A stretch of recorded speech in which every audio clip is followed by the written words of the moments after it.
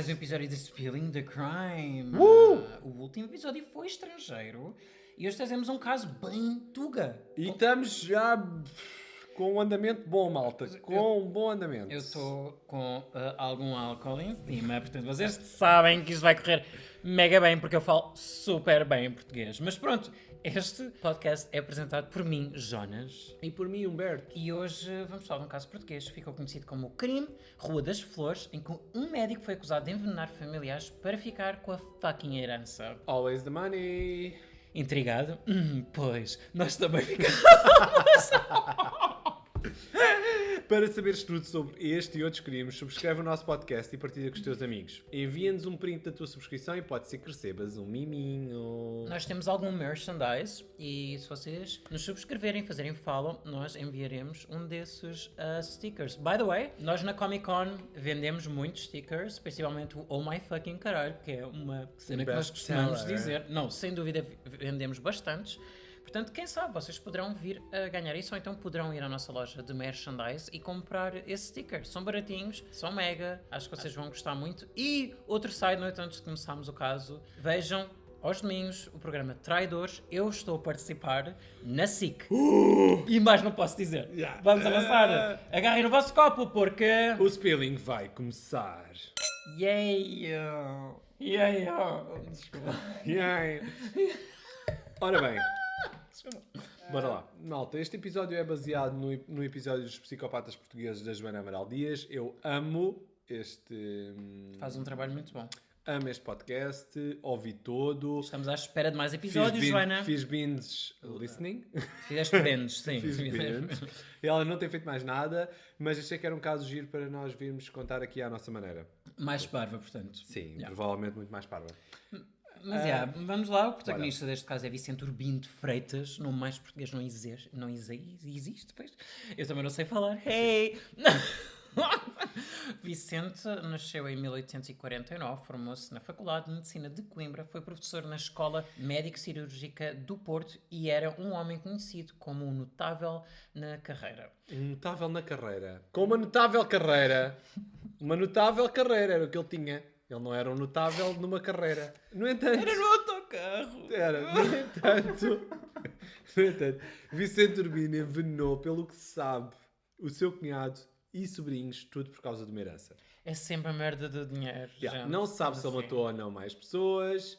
É possível, mas não sei. Yeah. E uma coisa interessante é que se vocês pesquisarem na net pelo Tribunal da Relação do Porto, vocês conseguem ver mesmo as folhas originais deste processo em tribunal, tudo escrito à mão, é muito giro e nós vamos pôr isto nos stories ou no nosso Instagram, whatever, sigam-nos para vocês verem lá. Antes de começarmos a falar sobre a história, quero relembrar-vos que vocês podem nos mandar mensagens a sugerir casos portugueses que vocês queiram que nós façamos episódios. Vocês gostam muito e pelas pessoas que nós viemos a conhecer, que já nos conheciam ou não, Sugeriram-nos alguns casos. sugeriram-nos alguns casos e perguntavam sempre, vocês falam de casos portugueses? Portanto, é algo que vocês gostam e futuros listeners muito provavelmente também vão gostar. Outro side note, hoje eu sou o side note, eu vou ser backstage porque há muitas palavras aqui que eu não vou saber dizer, porque estamos a falar de um crime de medicina e eu vou fazer butcher de tudo e mais alguma coisa e estou extremamente alcoolizado. Mas cá estou eu e vou falar como sempre faço. Mas pronto.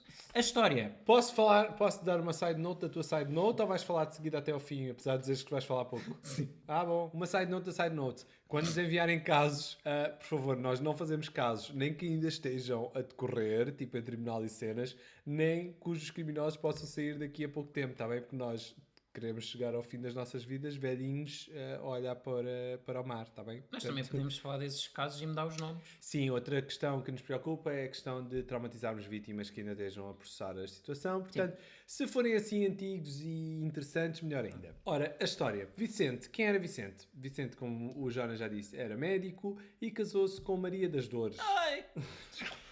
Por favor. A sério. Oh my fucking God.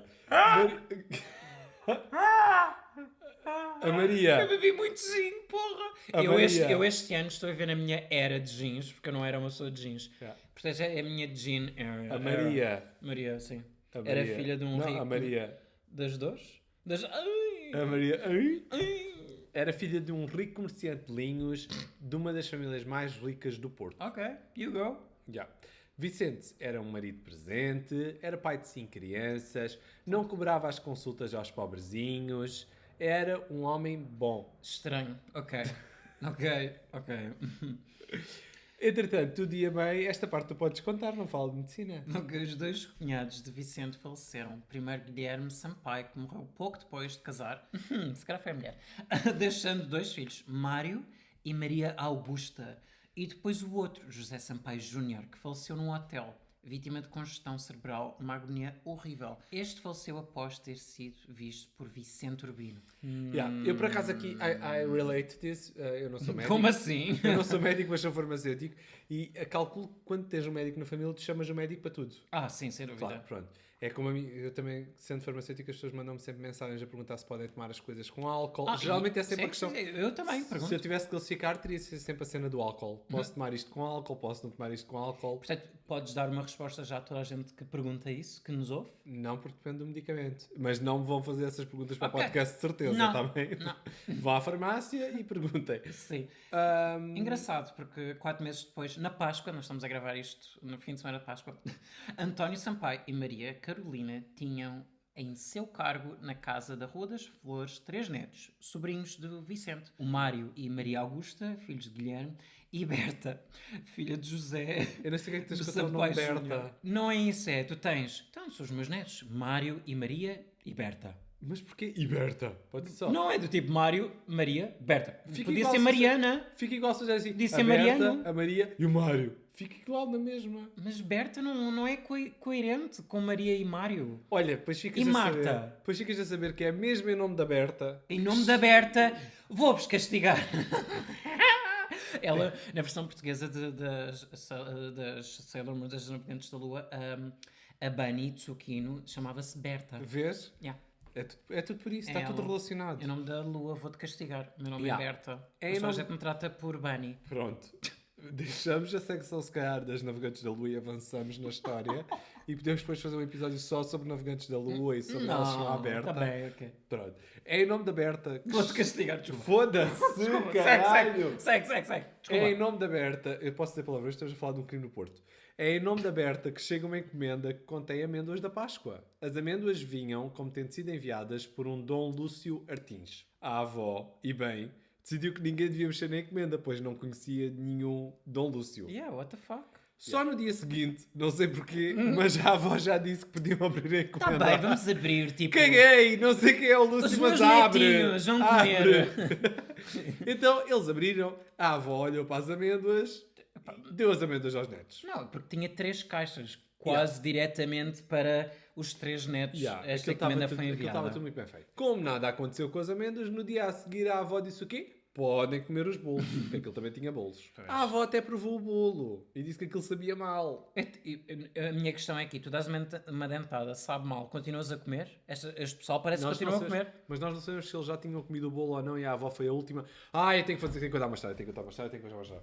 Ei, opa. Ai, afinal também estou alcoolizado. Vou contar esta história, vou fazer shame à minha mãe. Mas rapidamente. Vou fazer shame à minha mãe e à minha avó, toda a Ai, gente meu junta. Deus, ela ouve. Uma Ok. vez a minha bisavó fez uma sopa de nabiça horrível. Mas quando eu digo horrível, eu nunca mais me esqueci do sabor. Sabia a veneno. Sabia mesmo a veneno. E eu disse à minha mãe, não consigo comer.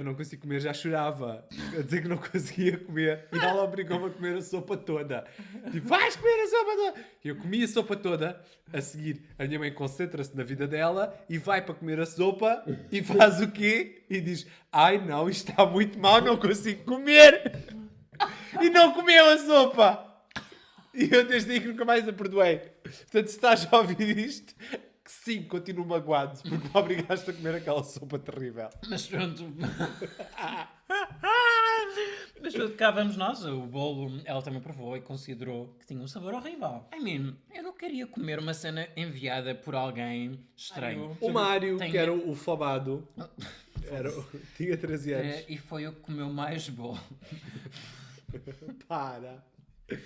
Não, foi do tipo, eu imagino que toda a gente comeu, sabe mal. E ele pensou, não vou desperdiçar bolo. Ele é cá dos meus, há sempre espaço para a sobremesa. E eu vou sempre comer a sobremesa. Pronto. Mas foi eu que comeu mais bolo. Após algum tempo, a avó vê as crianças e elas estão muito agoniadas e chama o boticário. altura. No dia seguinte as crianças acordam melhor e a avó decide chamar o seu genro Vicente.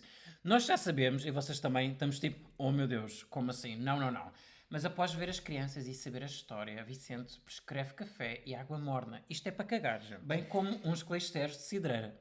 Gente, cidreira, eu nunca ouvi falar de clisteres de cidreira. Para mim, cidreira é na boca, não é no cu.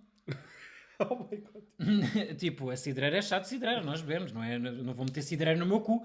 Enfim, Eu também nunca vi fazer, mas isto antes fazia-se muito dos clisteres. eu levava com o clister. Não, ai Tu que alguma vez horror. viste um clister? Ai que horror, não quer dizer que levava.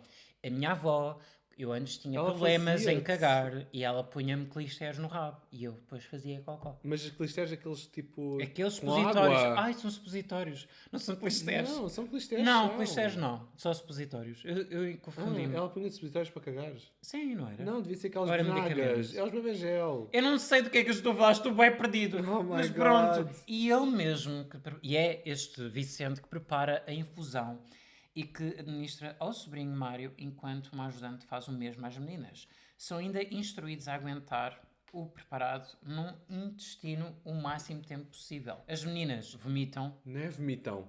Porque isto foi posto, como tu disseste, Ai, no cu? Pois. Ah, então elas cagam? Elas vão lá para casa bem e lá deixam aquilo ir embora. Ok, então elas, como está aqui escrito, expelem-no.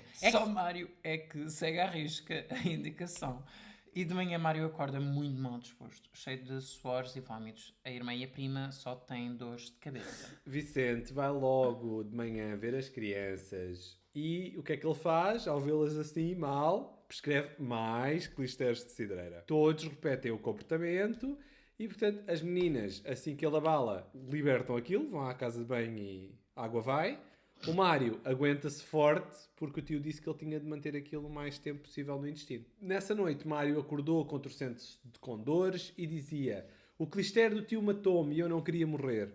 Em desespero... Esta frase é assustadora. Yeah. O facto de ele dizer isto. Em desespero, a avó volta a chamar o Epá. Vicente, o médico, que quando viu as crianças anunciou: foram envenenadas. Entretanto, toda a gente vai para o hospital e o Vicente informa o outro médico que as crianças tinham sido envenenadas por uns doces vindos de Lisboa. Lembram-se do tal Dom Lúcio Ortins. É engraçado ele frisar que vieram de Lisboa e ele supostamente é do Porto, né? Yeah. Neste caso, ele não falou nada sobre os clisteres que tinha andado a fazer de cidreira.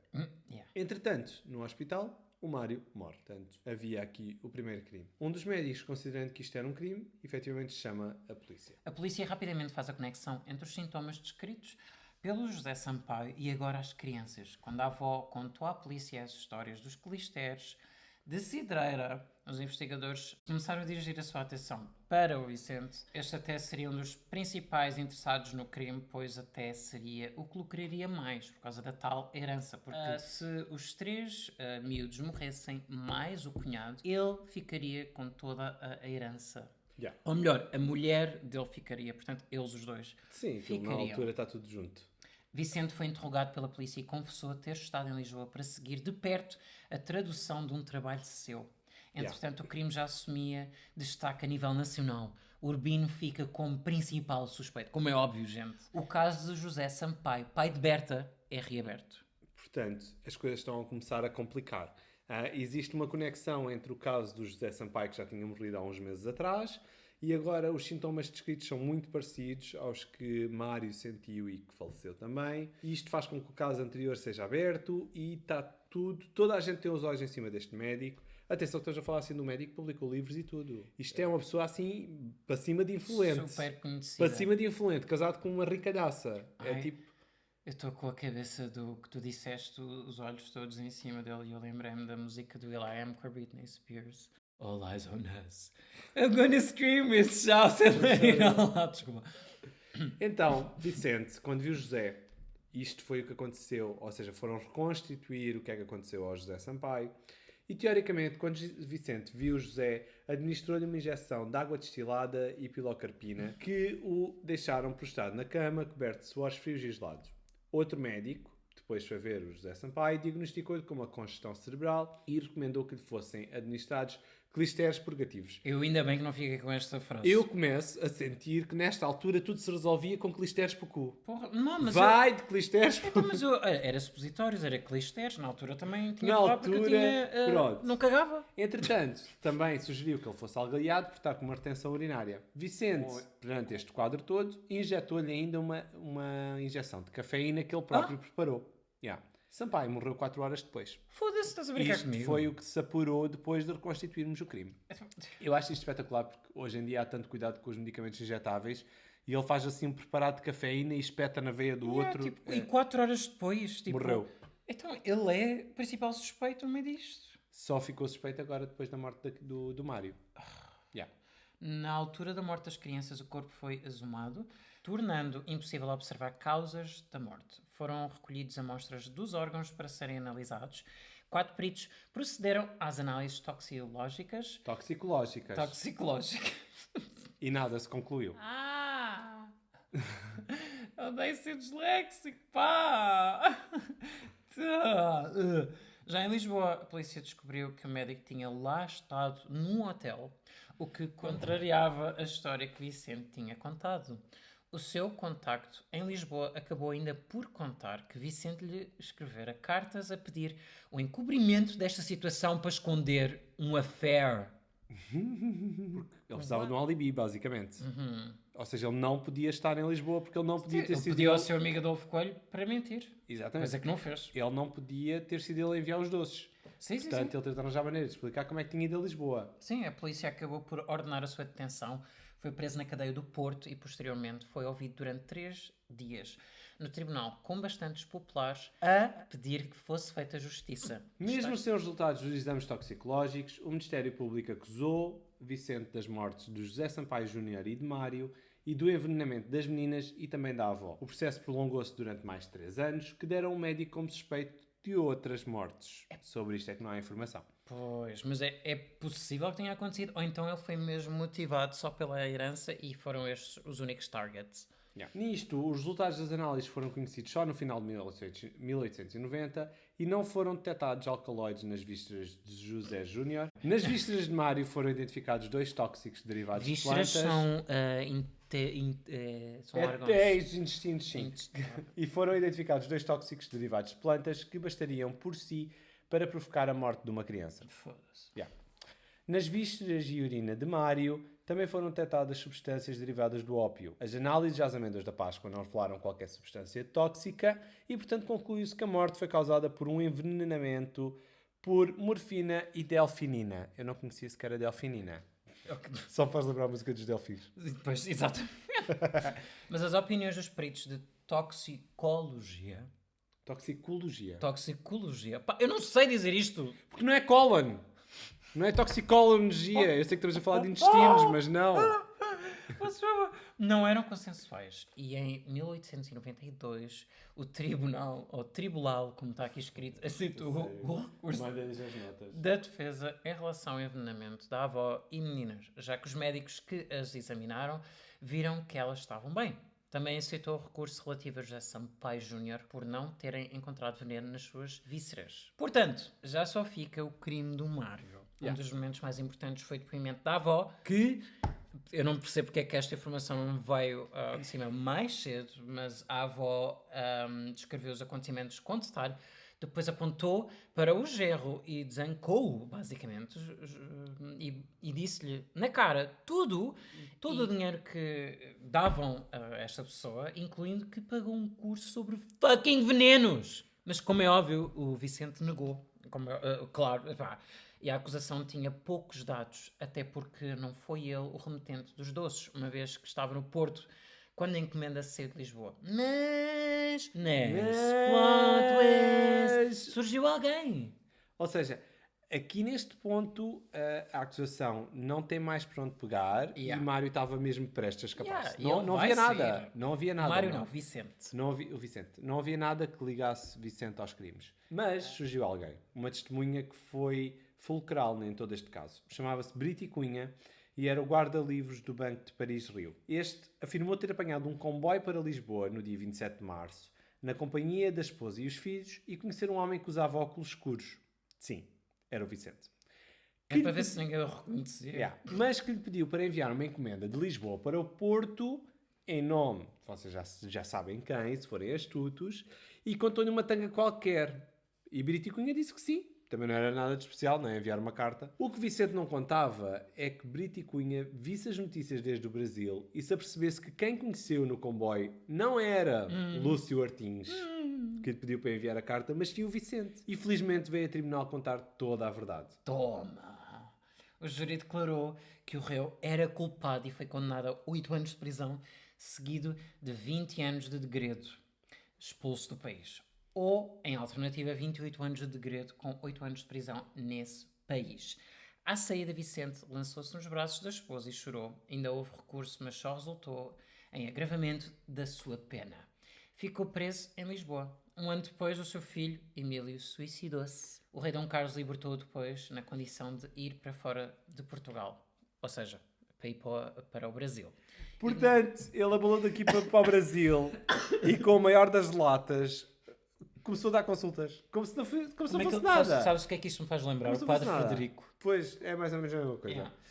Yeah. Que se tornou num artista. Enquanto estava no Brasil, voltou a pedir revisão do processo, mas nada feito em Portugal, mantinha-se a decisão. Vicente viveu uma vida longa, perdeu os 3 filhos, ou seja, viveu o suficiente para que todos morressem, uma para a tuberculose, Uau. o outro por suicídio, e agora Maria Helena, que morreu de doença súbita. Portanto, só morte à volta deste homem. Coitado. Quer dizer, não, calma, wait, não. Estas 3 pessoas é que não. Os filhos dele é que não mereciam morrer de todo. Sim, mas também tinham, não é? Porque senão ainda estavam vivos até agora, era um bocado estranho. Pois. Apesar do seu investimento em demonstrar a sua inocência, Vicente faleceu com 64 anos, 20 dos 3 passados longe da família, vítima de uma pneumonia infecciosa já em Lisboa. Porra. Faleceu na companhia da mulher, que sempre acreditou na sua inocência, e foi sepultado no cemitério da Lapa, no jazigo da família. Não sei se a gente pode ir ver lá isto. Maybe. Agora a questão que nós fazemos para vocês é: vocês acham que ele foi uma pessoa inocente ou foi completamente culpado destes crimes cometidos? Antes de falarmos das notícias fresquinhas que o Humberto vai nos dizer, que nós temos novidades para vos dar. Este é o espaço de pensamento que eu sempre a pensar. Exatamente. 10 Parem. 10 segundos. 10 segundos. Uau. Estava a dizer há tempo. Ok. Muito bem, malta. Segmento. Espera aí, se calhar convém a gente dar a nossa opinião também, não é? Qual é a tua opinião? Culpado. Eu também acho que é. Mas, numa notícia da CNN de Portugal, de janeiro de 2022, é anunciado que Ricardo Diniz Oliveira, portanto, é um foi no ano investigador, passado. exatamente, é um investigador português, reconstituiu com detalhe este crime. Portanto, eu fui ver e Ricardo Diniz Oliveira tem uma série de papers publicados sobre este assunto. E ele, durante 14 anos, recolheu vários documentos históricos espalhados por todo o mundo e, inclusive, teve autorização para fazer uma autópsia a um cadáver com 130 anos. My God. O cadáver de José Sampaio. Yeah. Oh my God. E ainda está? Tinha pele e tudo boa. Yeah. Uau. Não te esqueças que ele tinha sido desenterrado já na altura, quando as crianças morreram. Eles voltaram a tirar o corpo para analisar e acho que, entretanto, guardaram numa cena de chumbo que é tipo mega resistente e, portanto... Mas porque é o José e não o Mário? Porque o Mário morreu e eles analisaram tudo do Mário e foram desenterrar o José. Porque não tinham analisado tudo, ok. Exatamente, e porque os casos pareciam-se um com o outro. Sim. Pronto. Entretanto, na atualidade, o Ricardo assume que, depois de analisar todos os relatórios forenses, toxicológica, autópsia médico-legal e psiquiatria forense que recolheu, o suspeitoso nunca seria condenado. Isto é tipo a cena. Uou! Não sei. O perito explica: analisei de novo toda a documentação e concluí que pelo menos a narceína e a delfinina, a tal dos delfins, não poderiam ter sido encontradas. Ou seja, as conclusões dos peritos do Porto estavam erradas. Eu não consegui encontrar informação para me alongar nisto. Sim, isto é um crime antigo, ou uma situação antiga. Portanto, é difícil encontrar informações sobre o que quer que seja. Ele, inclusive, diz que acha que não foi um ato de má-fé, mas que podia ter acontecido uma falta de conhecimento na altura. Um caso rodeado de incertezas e uma batalha de peritos num caso que deu origem à toxicologia criminal em Portugal. Pronto, mais um episódio em que comida vem à baila. Querem um bolinho? Fuck no. Portanto, eu acho que nós devíamos mesmo mudar o nosso nome de Spilling the Crime para Spilling the Cake. Não! Enfim, gente, foi mais um crime, mais comida à mistura. Vamos fazer de maneira a que o próximo não seja sobre isto. Não te esqueçam de nos mandar mensagens sobre crimes, se vocês queiram que nós façamos um episódio. Pode ser estrangeiro, pode ser português. Vocês também podem decidir, podem entrar na nossa decisão. E pronto, gente. Espero que vocês tenham gostado destes episódios. Eu estou alcoolizadíssimo e não vou-me vamos embora. gravar mais nenhum porque não dá. Não dá. Adeus, Tchau. adeus, Bills. Uou, uou. Oh my god.